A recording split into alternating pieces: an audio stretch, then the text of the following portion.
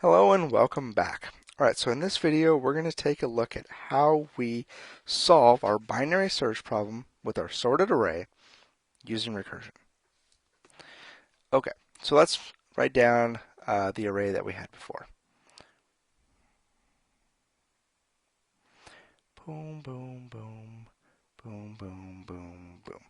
Alright, we had 0, 1, 2, 3, 4, 6, 7, and 9. Okay, so what pieces of information are we going to need in order to actually write our function? Well, the first is the return type. What are we going to do? Are we going to return a Boolean for if we found it, or are we going to return an integer with the index and the location of the array for the element that it's found, or -1 if we don't find it? I'm going to return an integer as the index because I think that's a little bit more valuable. Okay, so now we have our int. So let's name our function find. Okay, so what does find need? Find needs the array of integers. It needs the starting point, or the ending point, and the starting point of the array and the ending point of the array. And we'll talk about why we need both here in a sec. And we need the ending point, and then we also need to find the item that we're looking for. Okay, so let's go ahead and walk through what our divide and conquer approach to solving this problem is. Okay, so we knew that we needed to find the midpoint. All right, so we know that there are 8 elements in this array. So we know that, and we also know that the indexing starts at 0. So we have the items 0 through 7. Okay, now to find the midpoint between those two data sets, you take the two numbers, you add them together, and you divide them by 2. Well, you'll notice you're going to have an interesting thing here. 7 plus 0 is 0, or 7 plus 0 is 7, divided by 2 is 3.5. But we're going to be dealing with integer mathematics, and so remember in C, C++, most programming languages, the decimal point always gets truncated off. So we're actually going to end up with the value of 3. Okay. So where is index value 3? We have 0, 1, 2, 3. Okay, so that's the index value of 3. So remember, our algorithm is going to check the midpoint to see if that value is the value that we're looking for. And remember, in this case, we are searching for 8. Let's go ahead and write this down. Searching for the value 8. So we hit the midpoint. The midpoint is the value of 3. So we asked the 3 questions. 1, does the midpoint value equal the value that we're looking for? No, it does not. Is it less than the value that we're looking for? Yes, it is. So since it is, we know that we need to search the upper half of the array, or the right-hand side of the array. So we're going to need to pass in this 3 as the start value so that we can isolate our segments. So we're actually not going to pass in 3 because we already know 3 is an invalid case. What we're actually going to pass in is we're going to pass in this next index. So we're going to end up passing in 3 plus 1. So the first call into find looks like this. So we have find, we have our array, we have our start value, we have this, and we have 8. Our next call is going to look like this. Find array, 4, 7, 8. Okay, so 4 plus 7 is 11, divided by 2 gets you 5. All right, so we need to go to the 5th index. This is 3, we need to go over 2, and that gets us to index value 5. All right, what value is stored at that index? 6 is stored at that index. Okay, is 6 equal to 8? No, it's not, so we need to keep searching. Okay, do we need to search in this portion of our code, or do we need to search into the upper portion of our array? Well, 6 is less than 8, so we need to search in the upper portion of our array. So we're going to pass in 6 as the new start value and 7 as the ending value. Okay, so we have 6, we have 7, and we have 8. All right, so 6 plus 7 is 13. 13 divided by 2 is going to give you 6. All right, so we're going to look at the 6th value right here. Is the index value, or the item at index value 6, is that equal to 8? No, because that value is 7. All right, so is 7 less than 8? Yes, it is. All right, so we need to search the upper half of the array. So now we had an interesting point. Now our start and our end point both equal the same value. That's actually okay. It's actually the next step that we are going to really care about. So find array 7, 7, 8. Okay, so the index value at 7 is 9, or the value at index value of 7 is 9. 9 is indeed not 8. 9 is not less than 8. 9 is actually greater than 8. Okay, so that means we need to move our endpoint down 1. So in that case, our endpoint is actually going to be our start point minus 1. Does that make sense? So in this case, it's actually kind of weird, but I'll show you. Again. So what this actually looks like is going to be another call to find array 7, 6, 8.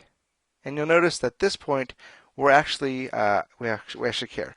If the start point and the end points of our pointers into our array ever overlap, then we know that we've actually searched the entire array, and we should stop because the value doesn't exist.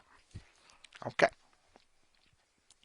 So let's go ahead and write the code for this and see if we can't walk through another example with our code. All right, so we know that if the start point is ever greater than the end point, then we have not found the value and it does not exist in our sorted data set. So return -1. Perfect. Okay, so now what do we do? Well, if let's see here, our midpoint, we need to calculate a midpoint. Let's go ahead and erase this code. Okay, so let's go ahead and calculate our midpoint. So if, or sorry, I keep saying if.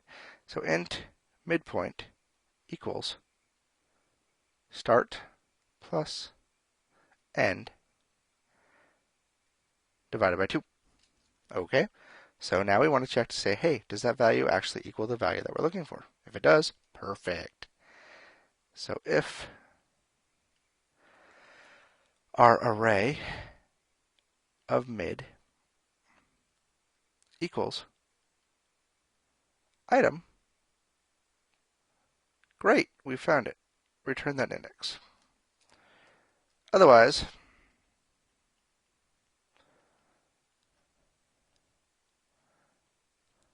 so if array mid is less than the item, then we need to search. So again, that's our first case was 3. If 3 is less than 8, then we need to search the upper half. Okay, so we return find. We pass in the array.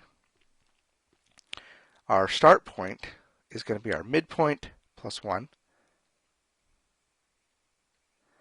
Our endpoint is going to continue to be our end, and we're going to pass in item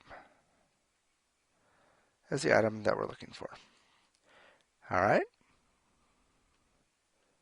Else, so we know that the array mid does not equal the item, and we know that the array mid is not less than the item, so that means it has to be greater than the item. Otherwise, we return, oops. And so just like we moved the midpoint for the starting point if we fail, we need to move the midpoint down on the ending point. All right, so what we do is we do return, find, array, and it's going to be start, mid minus 1, and item. Perfect. All right, so let's go ahead and take a look at another example here. So let's say we have a bit smaller array. Let's make it 5 elements. And we're going to have the values 0, 3, 6, 9, and 12. Okay, so we have 5 elements. We go from 0 to 4. And let's search for the number, let's see here. Let's search for the number 0. Okay, this is going to be our item that we're going to search for.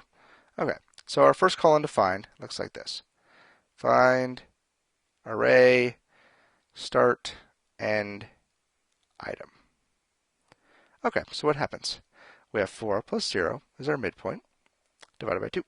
So we have 0, 1, 2. So we start at the value of 6. Okay. Okay. 2 does not, or 6 does not equal 0. 6 is not less than 0. 6 is actually greater than 0. Okay, perfect. So we do find, array. Our start point is the same because we're searching the bottom half of the array. Our midpoint was 2, so now our midpoint is going to be 1, and we pass in the same item to search for.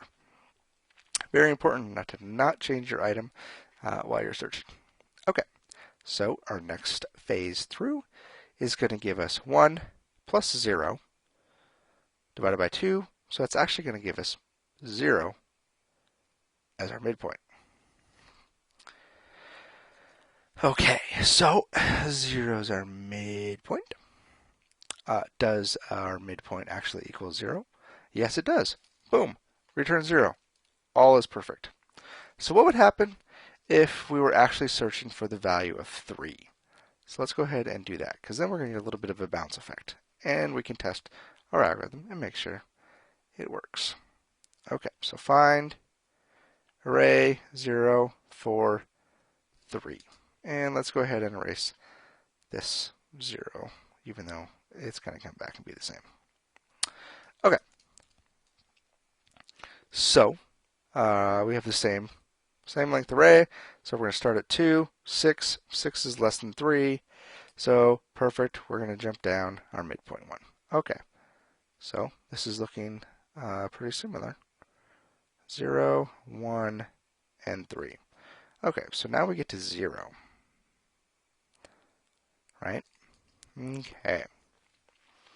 So our 0 is going to say, hey, you know what? 3 is greater than 0. So what you need to do is you need to move your midpoint up 1, and let's search the endpoints that way. Find 1, 1, 3. And so now it's very important here to note that the starting point and the ending point are the same. So if you were to have changed your condition to be start is less than or equal to end, you are always going to fail in this condition that we're in right now. So it's very important to make sure that you did start less than end, because they actually have to swap position, or they actually have to be pointing in the opposite stacks and not just in the same half of the array. If that makes sense. Okay, so at this point, now we're at 1, because 1 plus 1 is 2. 2 divided by 2 is 1. Perfect.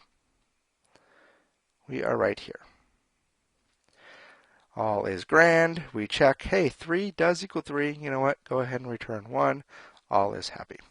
Okay, so now we've ran through 3 of our test cases. This is the basic algorithm that you're actually going to use to do your binary search. And you can use this to actually search through any sorted array. So if you're looking for a word, you could use a similar strategy. You're just going to change a little bit what the less than and greater than actually means. between a whole word. You're gonna have to compare each character in the word to figure out where to go. But that's actually the basics of how you write a binary search using recursion over a sort of data. So with that, thanks.